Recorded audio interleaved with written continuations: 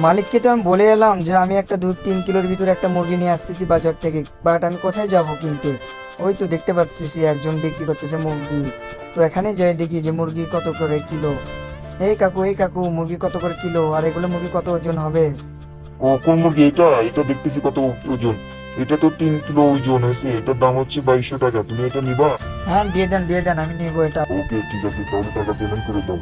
তো টাকা পেমেন্ট করে দিয়ে চলে যাওয়ার আগে কি হলো তা দেখার আগে, তো তার আগে বন্ধুরা, আপনারা যদি মা বাবাকে ভালোবেসে থাকেন তাহলে আমার চ্যানেলটি অবশ্যই লাইক, কমেন্ট এবং সাবস্ক্রাইব করবেন। আর যদি টাকাকে ভালোবেসে থাকেন তাহলে কিচ্ছু করার দরকার নেই। সে চলে যাওয়ার পরে দোকানদার তার দোকানে বসে ফোনটা চেক দিতেছিল যে কত টাকা আসছে। সে দেখতেছে 2200 টাকার জায়গায় 22 টাকা চলে আসছে।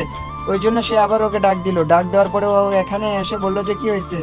ও বললো যে তুমি 2200 টাকার বদলে 22 টাকা দিয়েছো, তো আবার টাকা আমাকে দাও। তো তারপর আবার স্ক্যান করে তার পুরো টাকাটাই দিয়ে দিয়ে তাই সে আবার চলে গেল।